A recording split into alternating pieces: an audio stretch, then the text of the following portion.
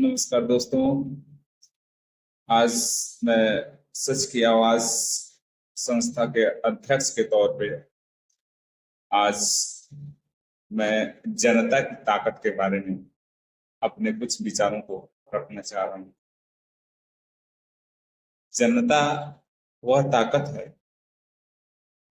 जो देश को प्रधानमंत्री देता है, सबसे बड़ी पावर देती है।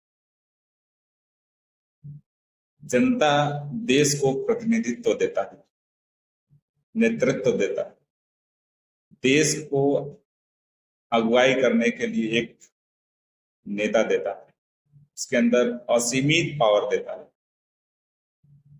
देश की जनता विगत कई दशकों से ये कार्य करती चली आ रही है,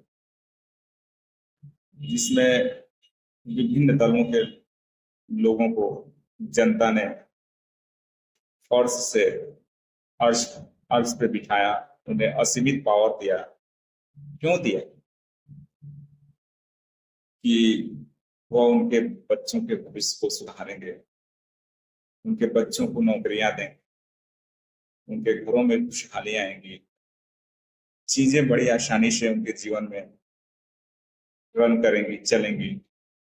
अपने जीवन को, अपने लाइफ स्टाइल को आसान बनाने के लिए, इजी बनाने के लिए, खाने पीने की दिक्कतों का सामना न पड़े, करना पड़े, महंगाई का सामना न करना, समय समय पर रोजगार के अवसर मिले, जिससे हर घर के युवा अपने घर में एक नौकरी पाकर अपने परिवार, अपने घर के खुशियों का कारण बने। लेकिन दशकों दशकों से बहुत सारी राजनीतिक पार्टियां आई, यह विश्वास दिलाकर आई कि हम आएंगे तो अच्छे दिन आएंगे, हम आएंगे तो आपके जीवन में एक बेहतरी होगा, हम आएंगे तो आपके कर्ज माफ होंगे, हम आएंगे तो महंगाई कम होगा, हम आएंगे तो रोजगार के अवसर बढ़ेंगे। ऐसे कर कर न जाने कितनी पार्टियां आई और गई भी, कुछ टिकी रही, कुछ चल रही हैं। ये सब क्यों क्यों हो रहा है? ये राजनीतिक पार्टियां ये सब चीजें क्यों कर रही? कितने लोगों का बदलाव करेगी जनता,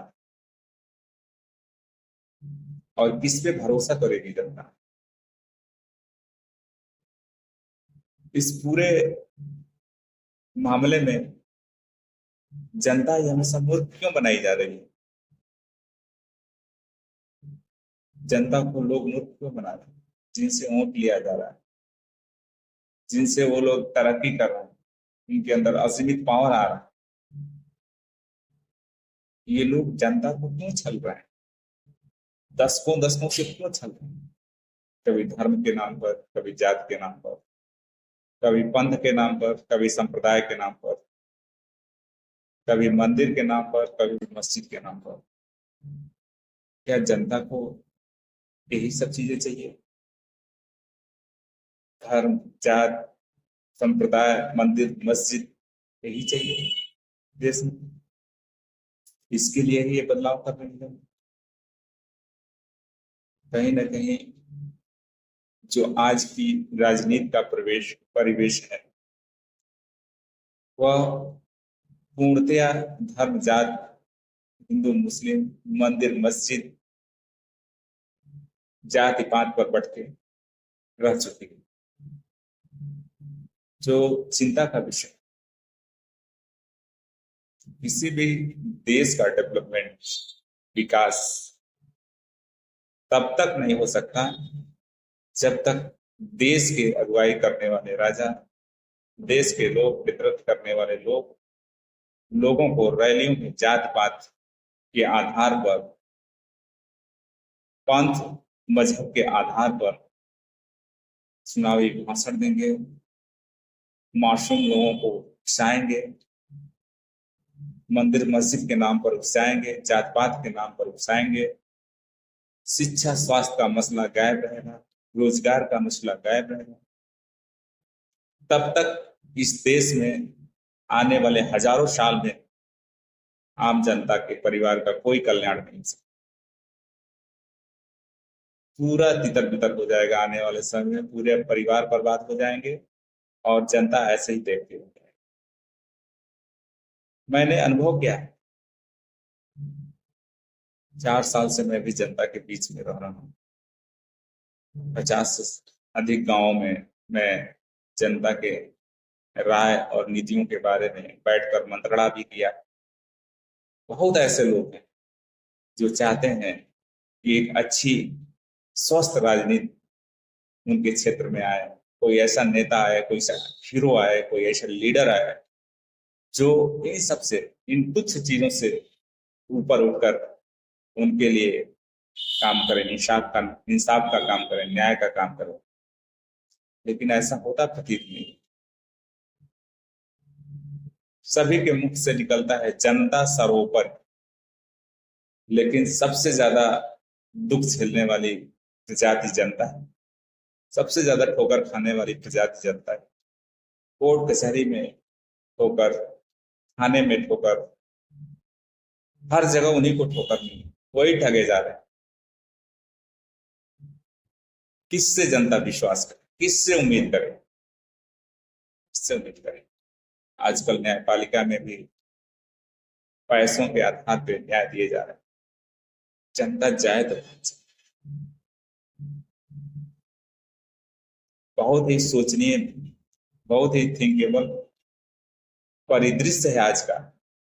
अगर आप सोच समझकर अपने क्षेत्र में अच्छे व्यक्तित्व लोगों का चुनाव नहीं करते, जो आपसे जुड़ा हो, आपके क्षेत्र से जुड़ा हो, अच्छा व्यक्तित्व हो, उसके लाइफ का एक लंबा कार्यकाल हो, जो उसने जनता के बीच में बिताया हो,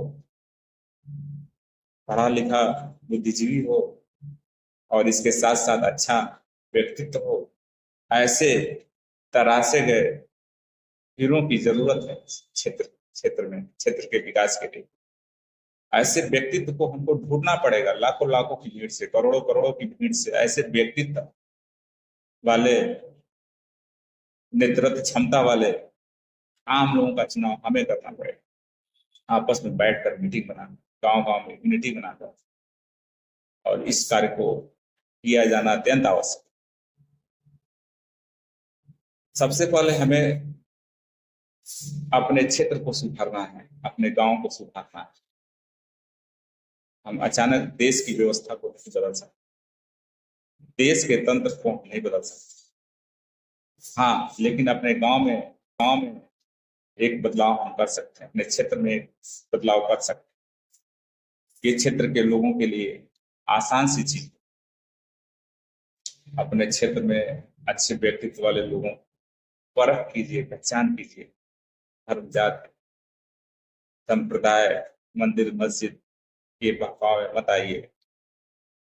आप अच्छे व्यक्तित्व को चुनिए। हो सकता है वह व्यक्तित्व आपके आसपास हो, आपके गांव में ही हो, और आप जितना उम्मीद पार्टियों को वोट देकर देते देते थक गए हैं और कभी कोई पार्टी आपके काम नहीं आई, आपके दुखों का अंबार लगाते चली गई, आपने ही वोट दिया, आपकी नहीं सुनी गई, आपने ही वोट दिया, आपको न्याय नहीं मिला, आप भटकते रहे, आप फिर उनसे कैसे उम्मीद कर सकते हैं? एक बार आप सजग हो जाइए और अपने क्षेत्र के लोगों को तरजीह दीजिए, अपनों के बीच बैठने वाले व्यक्तियों को तरजीह दीजिए, उन्हें प्रेरित करिए, अच्छे व्यक्तित्व वाले लोगों को प्रेरित करिए कि आप हमारे समाज का नेतृत्व करिए, आप हमारे क्षेत्र का नेतृत्व करिए, आप हमारे गांव का नेतृत्व करिए, हम आपको आगे बढ़ाएंगे। अपने वोट की पावर से उनको अपने क्षेत्र का अगुवा बनाइए। आप उनसे सबसे ज्यादा उम्मीद कर सकते हैं, जो दिल्ली में बैठे हैं उनसे उम्मीद नहीं कर सकते।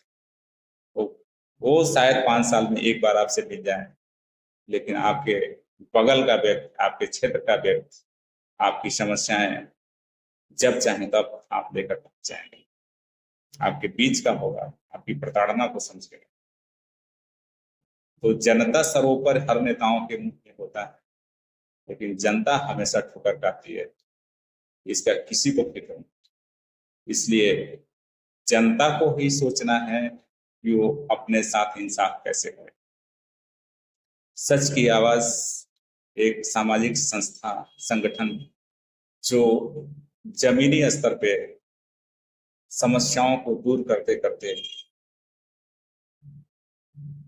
इस भयावह बीमारी से निकलने के लिए लोगों को जागरूक भी कर रही है, लोगों को बता भी रही है कि आपका फ्यूचर कैसे बदलेगा, आपका गांव कैसे डेवलप्ड होगा, विकसित होगा, आपको हर तरह की सुविधाएं कैसे मिलेंगी, आप भ्रष्टाचार से कैसे बचेंगे, आप घूसखोरी से कैसे बचेंगे, आपको न्याय कैसे मिलेगा।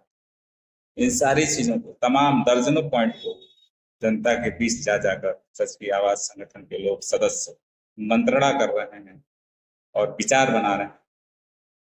जल्द ही आने वाले राजनीति के परिदृश्य को हम क्षेत्रवासी अपने क्षेत्र से ही बदल कर दिखा देंगे। ये हमारे सच की आवाज के संस्था के सदस्यों का